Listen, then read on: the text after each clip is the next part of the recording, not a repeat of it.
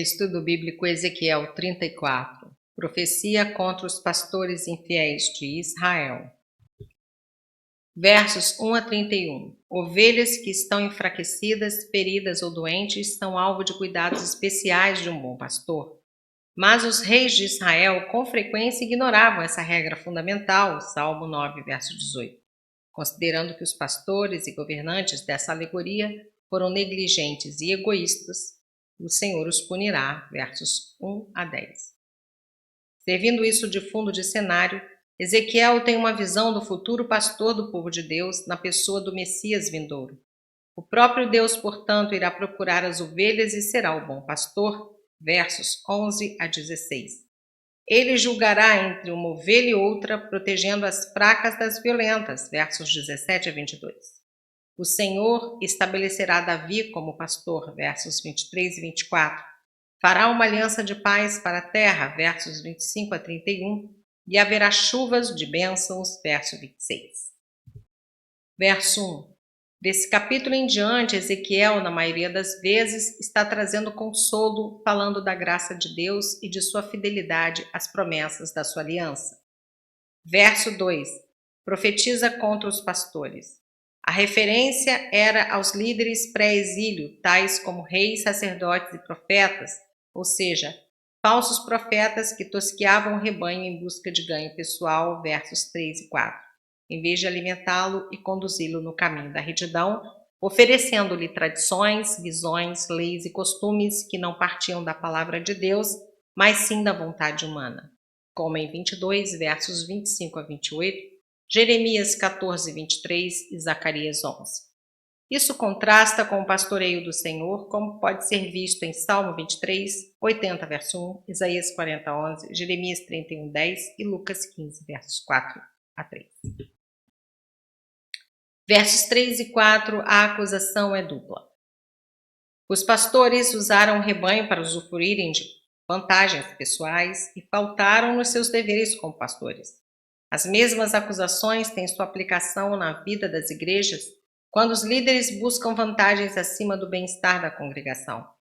Seriam traidores da sua sagrada vocação, culpados como falsos atalaias, 33, verso 6. Verso 5. Pasto para todas as feras do campo. As feras retratam as nações que oprimiam Israel, Daniel 7, de 3 a 7, embora pudesse também incluir animais ferozes reais, como em 14, verso 21. Versos 9 e 10. O recado a esses pastores não se tratava de uma ameaça vazia, como fica provado pelo caso de Zedequias, quando foi alcançado pelo exército dos caldeus e abandonado pelo seu exército, Jeremias 52, versos 8 a 11. Versos 11 a 16. O Senhor é o bom pastor para o seu povo. O Senhor procurará suas ovelhas, verso 11. Livrá-las-á, verso 12, e introduzi-las-á na sua terra, verso 13, apacentá-las-á em bons pastos, verso 14, e será o pastor das suas ovelhas, versos 15 e 16. Ezequiel, tal como o Senhor, tinha coração de pastor. Verso 11, eu mesmo procurarei. Tendo posto de lado os pastores infiéis, Deus, o verdadeiro pastor de Israel, sairá ele mesmo à procura de suas ovelhas e as encontrará para levá-las de volta para sua terra, para o reino que será governado pelo Messias, versos 12 a 14. Versos 12 a 14. Aqui está a promessa de um ajuntamento e uma restauração literais do povo à sua própria terra em retorno de sua dispersão mundial. Uma vez que a dispersão foi literal, o seu reajuntamento também deverá ser literal. Quando eles tiverem sido novamente reunidos no reino do Messias, nunca mais terão falta de nada. Versos 15 e 16. Verso 12. Dia de nuvens e de escuridão. Essa linguagem é normalmente associada ao dia do Senhor, capítulo 7, verso 7. Joel 2, versos 1 e 2. Sofonias 1,15, Isaías 62, Jeremias 13, 16, Amós 5, versos 18 a 20. Versos 15 a 16. Apacentarei as minhas ovelhas.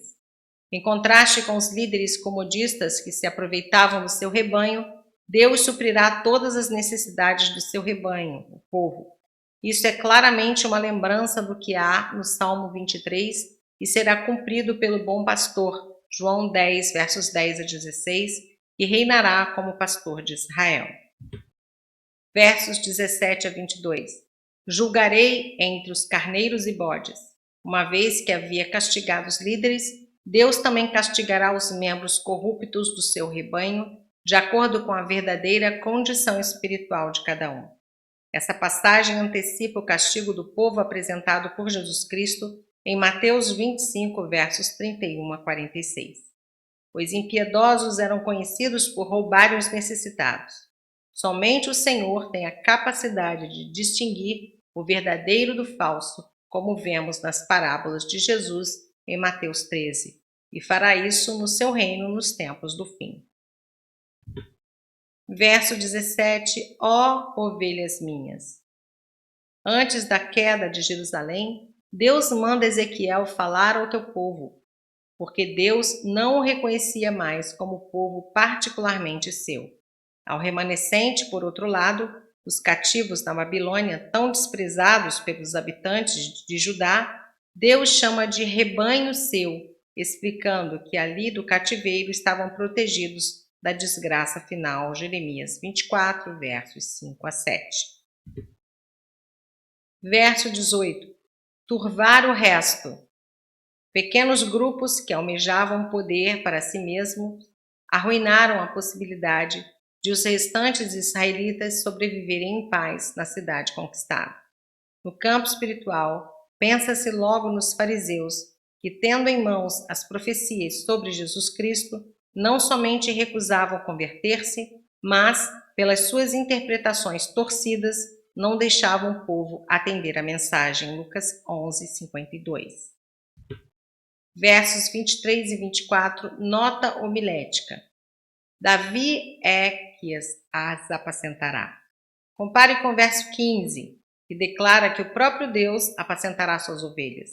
Jesus Cristo tem cuidado dos seus na sua qualidade de Filho do Homem, tendo sua plena humanidade da família real de Davi, Mateus 1, versos 6 a 16.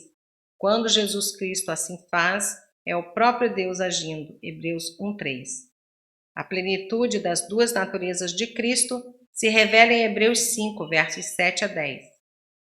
A natureza divina é necessária para haver nele autoridade para conceder a salvação eterna, e a humana é necessária para que haja solidariedade com a humanidade e compreensão das nossas fraquezas.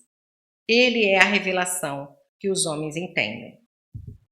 Versos 25 a 31.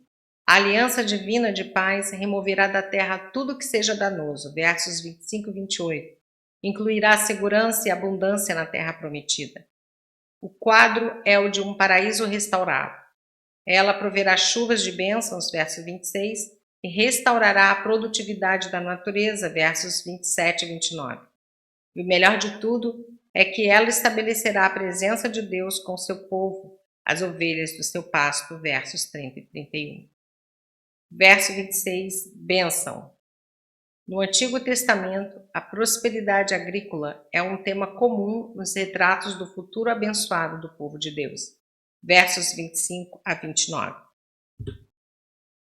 Verso 27. Os juízos pronunciados por Deus contra as nações pagãs da terra e executados pela autoridade de Nabucodonosor revelam publicamente a natureza de Deus.